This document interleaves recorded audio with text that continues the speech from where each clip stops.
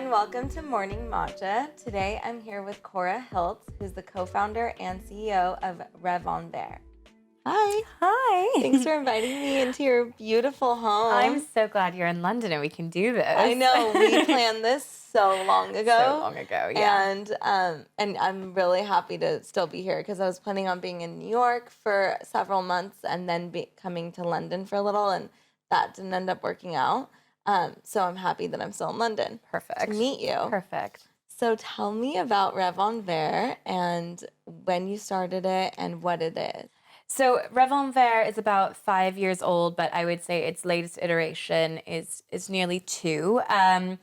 We started as a retailer of sustainable luxury fashion kind of 5 years ago when nobody was really doing it. Mm-hmm. And it has evolved since then into, I would say, much more of a lifestyle platform. And I think that's just kind of organically happened through my evolution, getting more and more into sustainability myself and having it become this overwhelming, need for change within my own life. And the site really reflects that, I would say. So we now sell everything from organic beauty to selections of men's, home accessories. I mean, literally we brought on cleaning products the other day because it seemed like the right thing to do. Yeah.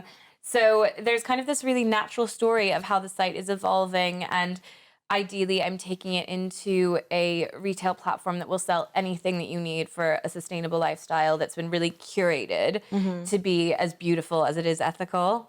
I love that. Yeah. And I mean, the way that you explain it, it just is so natural and makes so much sense. But having a website and knowing what goes into retail and everything, it's just, I mean, it's so inspiring, and I know what goes into that. So I want to hear more about, maybe let's get started about what even got you into sustainability. Yeah. Well, I mean, ironically, I've always been in sustainability. So I went to school, I did my university in Paris, and I studied international politics with an emphasis on environment. And then I moved to London and got my master's degree in environmental politics and sustainability. Wow. So I actually came into retail cold and fashion completely cold. It was a really interesting actually experience of how it happened. So I was planning on going into renewable energy. Wow. Very sexy. In fact, I still have phenomenal amounts of interest in that space. Yeah. However, I was in a lecture, and 5 years ago, I think now we've heard the statistic that fashion is the second most polluting industry on earth. Which I'll need you to get into. Definitely. And I think that kind of vacillates. But at the same time, I remember really being shocked when my professor mentioned that, after oil and gas, which was what I was planning on tackling, fashion was this huge problematic industry. And I was like, wait, hang on, because I'd really been struggling with the fact that I wanted to talk about all these things that I thought were the most important things to be talking about: climate change, pollution, deforestation. But, when I was going out for rosé with my girlfriends, nobody wanted to talk about that. And, you can't blame them. Like, it's not exactly fun chats. And it's so depressing. It's so depressing, but it's absolutely a necessity. And I was like, well, how on earth am I supposed to bridge this gap between action and, and living a nice lifestyle and not being completely overwhelmed by how much we need to change? And I just saw fashion as this really, natural medium for expressing that. So at the time, my plan was, I'm just going to start the sustainable version of Net-a-Porter. Yeah. I mean, like, how hard can that be?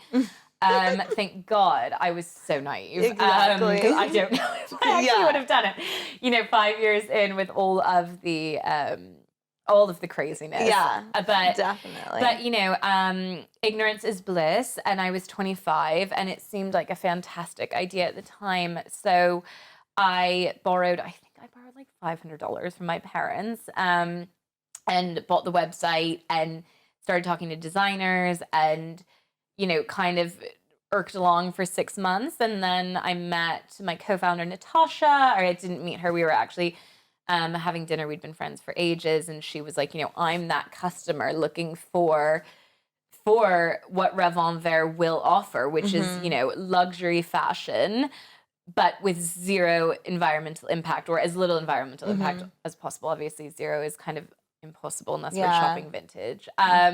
So we kind of got going and started things off, and that was the very beginning. Wow. Okay, so you already had a refined eye, or how did you curate it into that, I mean, I'd love to into just how say I've beautiful it naturally is? got Yeah. great taste. Yeah, I mean, it looks like you do. No, I think, I think you can learn. I think you can learn style. I think living in Paris was really helpful in terms of curating this idea of also what Reve En Vert would go on to become, which is very kind of timeless, elegant, minimal style. Which I think is a really important thing to know, because Yeah. I think having this uniform of neutrals makes it so you don't feel like you have to keep buying Yeah. stuff, and then so you minimize Yeah. and purge kind of in the Yeah. beginning, and then you just keep with classic stuff, and you just Exactly. only fill your closet with things that are basics and necessities. I think, like, honestly, the ease of having a really tailored closet is just, if you actually just take sustainability out of it entirely, it's a much better way to live your life. Like, Yeah. I've noticed since starting Rev, like, my closet has just shrunk, and I love it so much more than I ever did when I was growing up in America and going to the mall every weekend and buying stuff that Oh I'd my buy like gosh. once. I mean, literally, when I moved to Paris, I remember looking at my closet and it was overflowing, and there wasn't a single thing I wanted to take with me. Yeah. And that kind of cheap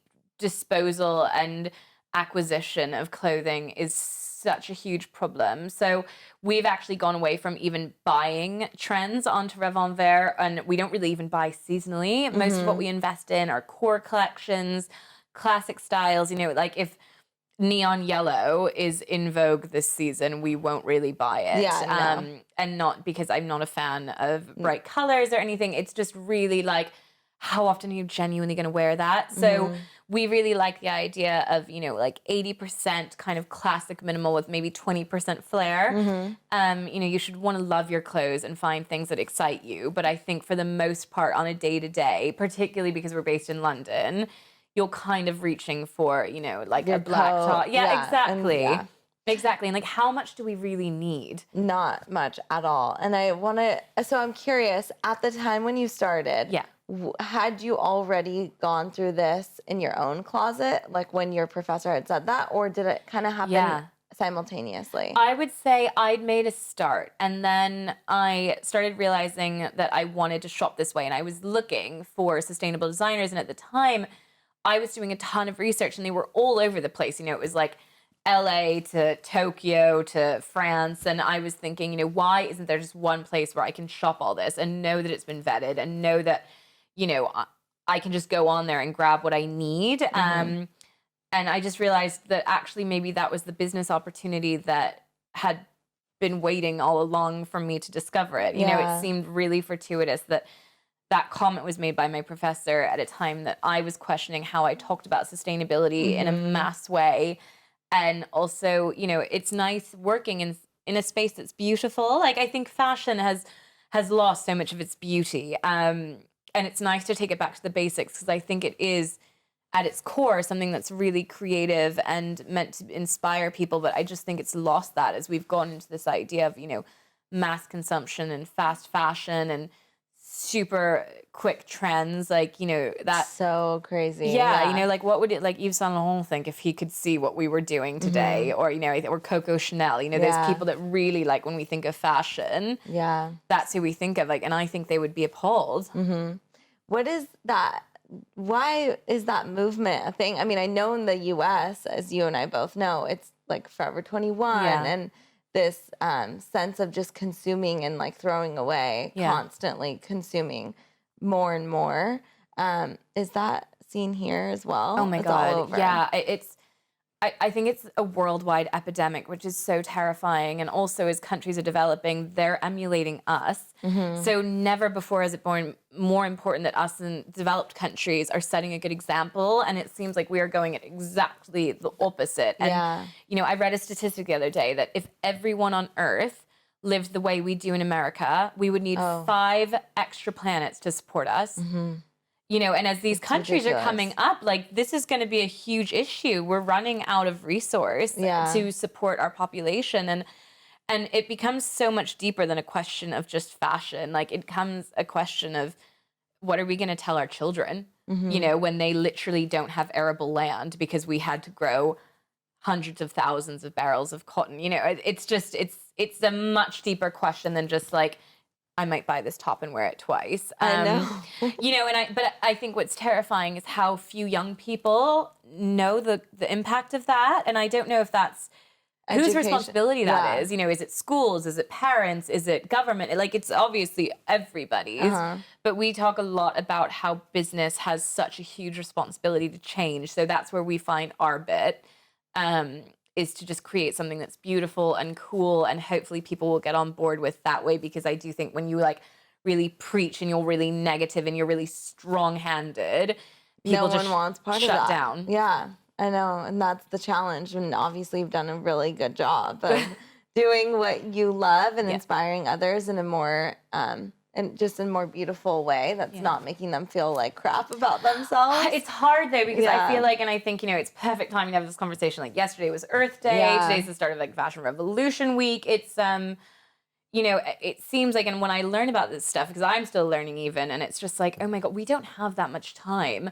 So it's really, for me, I would say one of the biggest difficulties I'm going through right now is like, how do I maintain this like kind of lovely passive voice to some extent that Reve En Vert has taken, and be graceful and have people want to listen to you, but, you know, also like wanting to shake people and be like, literally, I mean, does anyone read that the IPCC has given us 12 years until a climate catastrophe? Like, oh my gosh, that I like had not read irrevocable. that. No, so basically, I mean, like, sorry, I this have is a baby. So bum No, out. please, let's get into it. But it's yeah, like, I mean, literally, my husband and I right now are talking about whether or not we'll even have kids. Yeah. Like, and like that shouldn't be a conversation a 31-year-old woman is having. And now it's the norm. I have a lot of friends who are talking about this because it's really terrifying. So yeah, the International Panel of Climate Change came out earlier this year and said, you know, in 12 years, roughly, the Earth will have warmed to a degree that is so high, so quickly, that we don't know what exactly is going to happen, but it will be catastrophic. And this has been agreed on by some of the most, you know, important and knowledgeable scientists, government officials in the world. So we're not talking like a bunch of quacks over there being like, you know, doomsday. It's very real. And I mean, I remember from my master's degree that there was this idea of like a 2-degree temperature rise that is what we're heading for, which would be like, I mean, like parts of California will be under the water, Miami will be under the water, New York, Boston, all of these places, like if not entirely under the water, quite significantly there. Like in our lifetimes, you will probably have to move if we don't stop things. Yeah. And it's not only is it just terrifying, it's like to lose all of this beauty and this infrastructure that we have created as human beings solely down to our own greed. It's really what it comes to. Yeah. You know, that means food shortages all around the world. It means insufferably hot weather in parts of the world that, you know, are already struggling from it. It means more forest fires. It means literally like mass amounts of human life lost, and just not being able to feed ourselves or our children. And that's 12 years away. And imagine even being in your old age. If like, let's say it doesn't even happen in 12 years, which it will. Well, I mean, Obviously, hopefully, because hopefully they're saying not. like this is how long we have to change. Yeah. But the problem is, it doesn't really seem like anyone's changing. I mean, look at the U.S. Look Yeah. at what's happening. Yeah. With Trump and everything that all the people he's put into place. Yeah. Too. It's You know, our environmental reversing minister, everything. I feel like hates the environment. Mm-hmm. You know, it's like, so- like he doesn't even not like it. It's like he hates Yeah. it. You know, it's just again, it's more about trying to get people to be more conscious of every decision. And obviously the people that are running these organizations that are supposed to be taking care of the environment, they're not conscious. So how can they understand, even maybe they don't even know that they're part of the problem, because they don't know how to even be conscious in their own life and how to start with that. Because I do think it's, you know, we have this debate all the time, like whose responsibility is this? Like fixing this problem? Is it government? Is it business? Is it individual? And like my whole thing is, I wish it were the government. I wish any government would step up and say, you know, we are going to stop the sale of petrol and diesel cars. We are going to insist that everyone switches to solar. We are going to ban single-use plastic. We are going to, you know, private or make the food industry public again so that we can then allot how much red meat people can eat. You know, like the thing is, like, none of these problems are unsolvable. Like, we already know the answers. Scientists have been saying them for years, but the government just is not going to do that. And I think we could probably all safely say, at least Donald Trump won't, and probably whoever follows him in office won't have the time to do it. So I think it really comes down to businesses and individuals. And individuals, I think, don't realize how much power they have. Not only do they vote for people that are running the countries, but they also, I always say, like, your wallet. Like, every single purchase you make, whether that's, like, buying one bottle of Evian when you could literally refill your water bottle, or, you know, paying a gas bill every month when you could be on solar, or purchasing a new car versus an electric one. You know, like, those are all things that we have such individual responsibility for. And with that, I think it's really important to note, because with this conversation, I think we need to also discuss accessibility. And I think, yes, that's a conversation that needs to be had, because not everyone can afford to move to solar or to buy an electric vehicle and stuff. But at the same time, if you can, that's how I view things with the fullest. If you can, you must. And then if you can't, then what is that conversation, right? And I think you're so right. And I think, you know, Reve En Vert is not the cheapest place to shop, but it's also not completely inaccessible. So there is just a reality that sustainable things do cost more, because they're made with fair wages and respects the environment and innovation, and all of those things do cost a bit of money, but it's economies of scale. So as soon as these things are more in demand, as soon as more people are buying Teslas, as soon as more people are putting in solar panels and feeding their energy back into the grids, all these prices will go down so that the normal person can afford to shop that way. And you're so right. You know, that's what's the most frustrating to me, is the people I see that have so much money, and with that, so much ability to make change. You know, like, why on earth in America do people have more than one car? I know. Like, and I am, you know, my family's very guilty of it. They've got, you know, it's actually a massive point of contention between my parents and I. Like, I'm like, what on earth are all these cars for? Oh my gosh. Like, literally. And, you know, my dad does run a landscaping company, so his trucks are very much a part of what he does, but it's still kind of this idea of, we associate luxury with stuff now, and multiple homes, multiple cars, multiple closets, holidays, multiple everything.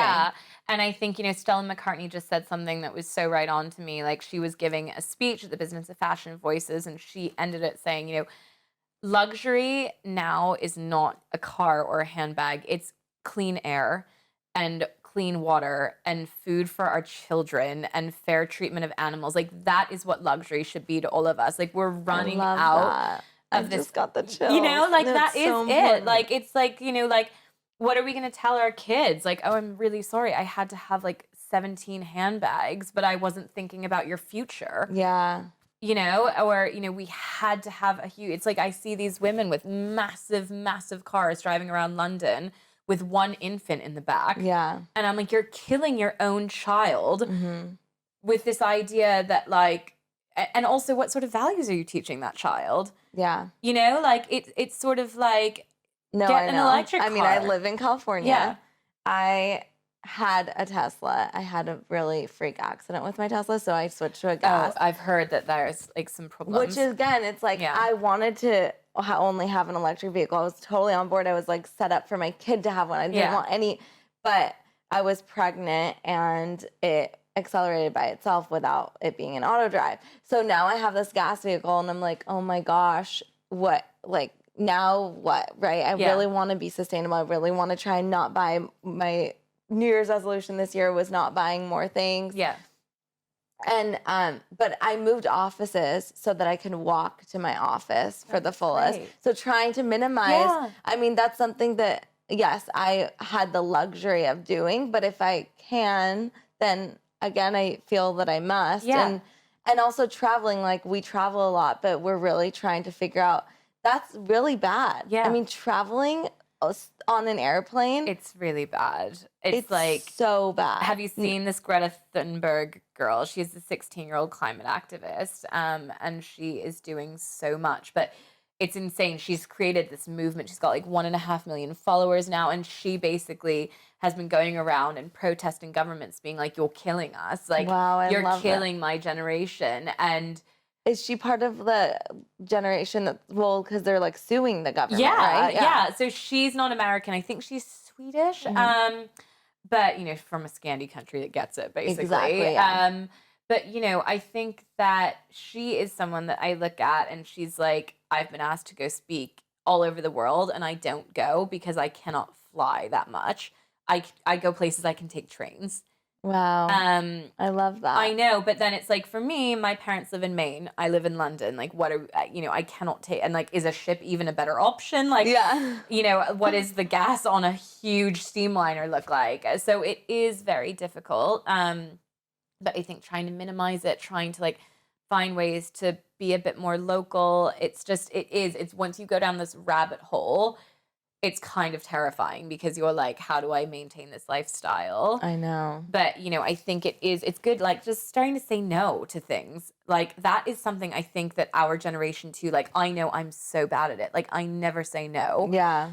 I just looked at my month of May, and I'm, supposed to be in Milan for a lecture, the south of France, to set up a pop-up. We're going to Greece for our honeymoon. Then I've got something else coming in June. And I not only does that actually quite stress me out, I'm like, I really need to start saying no to these things. I'm totally on the same and doing page, video conference. Like, what is the point of all this goddamn technology if we don't use it? Yeah. I mean, we're lucky. I mean, obviously we're creating so much electronic waste, which is another issue. But we also have the luxury of working from home and not driving. So we need to use that because that will help tremendously. Absolutely. There should really be. And like, also, I remember I was on a flight to New York that was maybe like a quarter full. Wow. And that's the kind of stuff that you really feel what's going on here. And that, again, it comes down to business. Airline companies should not be booking half-empty flights. Yeah. It should be, things should be moved. That's so true. But like, that's it. Like, because with Reve En Vert, I feel this tremendous amount of responsibility to always be doing better. So whether or not that's like banning single-use plastic packaging, we had to, when we launched Organic Beauty, I refused to sell any plastic. Because I'm like, what is the point of doing all this organic beauty that's coming in all this plastic that's then going into the ocean and killing all of the marine life and, polluting our seas? But people really pushed back on me that I was not wanting to stop plastic. Really? Yeah. That's like ridiculous. A lot of brands would be like quite up in arms when I'd say no. And I was like, well, sort yourselves out. Like we are. Like it's 2019. We are about to land people on Mars and we cannot figure out plastic pollution here on Earth.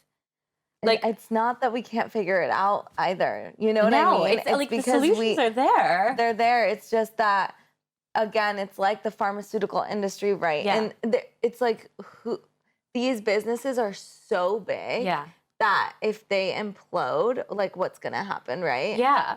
But I think people don't realize, like I was giving this talk the other day on fast fashion and I was like, if we all stop shopping there, then it's going to make like Forever 21 it wouldn't, if it didn't have customers, it wouldn't exist. Exactly. And that is everyone who shops there's choice. You need to come back to the U.S. and see, like, when because it's so devastating when you're in this world and you're making moves and things are happening and you're so excited, but then you go and walk in a mall. Yeah. And you realize that, it's just so pessimistic to think this way. But then when you go into, because what's happening online is we have algorithms that are feeding us all these things that we're interested in and we feel that everyone's on the same page and it actually is good because it gives us momentum and we are excited. But then when you go walk in a mall in the middle of nowhere, you're like, shit. Yeah. Yeah. And how do you change their mindset? This is because I am from like a small town in Maine and I grew up, people go to Walmart, like where I'm from. And that Exactly. is, that's what always used to piss me off so badly and still pisses me off to this day. I went there maybe last year. I categorically do not go into Walmarts, but Yeah. there was just one thing. We live in Down East Maine. There Yeah, was one thing that we needed that we Yeah. had to go there for. Plus, my husband wanted to go because he'd never been in one Oh before, and my he was like, "What gosh, is yeah. this like mythical place?" And you know, you say that it's a fiscal problem that people with not very much money have to shop at places like Walmart, and that probably is true that those price points are catering to someone who needs those sort of price points. But I was seeing people with trolley carts filled to the brink with crap. And all of that crap would come to actually quite a significant number.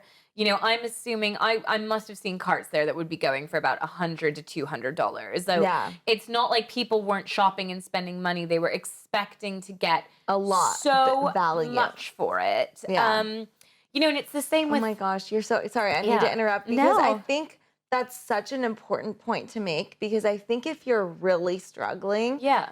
you're not even going to Walmart. You're going to like the Salvation Army or Yeah. you're going to the Goodwill because that's what you really need. That's what you're going to Exactly. find Walmart caters for this in between where people are just looking for the brand new thing that's going to at the lowest prices. Yeah. I understand like kitchen appliances that people Yeah. are like getting for, you know, a toaster or whatever, even though it's still like, how can we make everything sustainable? Yeah.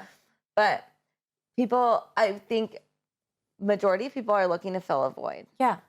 And Absolutely. yeah. That you're so right. And I also feel like so it's really interesting. Part of what I look into with Rev, because I realized it was such a bigger issue than just like why aren't people becoming sustainable? I was like, this is actually quite a psychological issue. Like something's not switching for people. And like, what is that? And I started reading a lot of like psychological publications on consumerism, etc. And this was so interesting to me. It's turned out that as we in America have gotten wealthier as a society, we have become grossly more unhappy. So as we've decided that like things are going to define us, we have become more stressed out, more anxious. We are going into debt. We are literally only finding fulfillment through consuming. And the country is in a really bad state with our mental health. So bad. And our health too, like obesity, you know, all of these things. While half the world is overconsumption. starving. And none of that's making us happier. And then I was reading about the places on earth where they're the happiest. Guess what the median household income is for the happiest people on earth? What? $13,000 a year. Wow. Because these are places like Costa Rica or little islands off Japan or in Greece. It's where These are like blue zones, right? They live Yeah. the longest and they're the happiest. Yeah. And it's because they find fulfillment through their families, their communities, nature, things like gardening. They eat very, very little processed food or red meat because genuinely, again, they can't afford it, but they don't want to afford it. And they're living into their hundreds. Yeah. You know, and we're just sort of like, we're eating steaks and buying cars and we're grossly unhappy and dying at 80, if that. So bad. So So bad. And the worst part about it is we're not just only affecting ourselves, like what you said, we're affecting those people that are happy, that are making these changes, that live in these beautiful communities. Yeah. Our decisions are now going to affect them when Yeah. the entire world suffers. Yeah, and these are the countries that are going to be underwater. Yeah. And not because they did anything bad, because we did. It's so grossly unfair that you It's just... so bad. It's I so know. bad. But I really appreciate and love what you're doing with Reve En Vert because you are making sustainability sexy and you are having this conversation that's so important and you're out there giving these talks. I mean, just you were saying yesterday on Earth Day. Yeah. And I think, but it's not just on Earth Day. No. And I think that's so important. And I think I'm noticing in at least our line of work, more and more businesses stepping forward and saying, this is the year we're making all these changes. This Yeah. is what we've done. This is what we're planning on doing. I read articles about how big corporations like Target, they're bringing the size of their stores. They're going to be much smaller. That's great. It just makes more sense for them because people are making decisions with their money. And it's already being done. Yes, not on a mass level that you and I want to see, but it's starting to happen. Yeah. So we shouldn't be, I mean, not we, but not to scare listeners into like thinking it's hopelessness. into hopelessness. But this is the year, and it's so inspiring to read more and more stories like this. And I don't know if Reve En Vert does produce content. We do. So we've actually got a huge editorial section, which we're trying to actually build out even more, which is just about sustainable lifestyle changes. So whether or not that includes product is kind of, obviously we're running a business, so a lot of them will. But a lot of it is about, you know, what you can do about climate change, switching to like how, if you want to go vegan, how you do that in a responsible way. How you look at that, like with nutrition and stuff, because, you know, I'm really not very much about like fads, and I can totally get on board with the wellness bandwagon, but also I can appreciate when, you know, a vegan diet doesn't work for everyone. Or like I go to Paris and I eat a ton of Comté, I'm not going to feel guilty about it. I used to be vegan for a long time, and then same. That's how the fullest. It's so funny because when you were like, as I changed, Reve En Vert just transformed into what it is now, and that's how I feel with the fullest.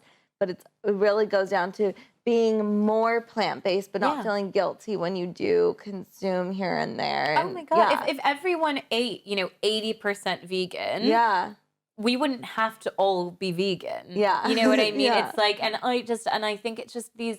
That's what we're trying to talk about with Rev, is like, you don't have to overhaul your whole lifestyle today.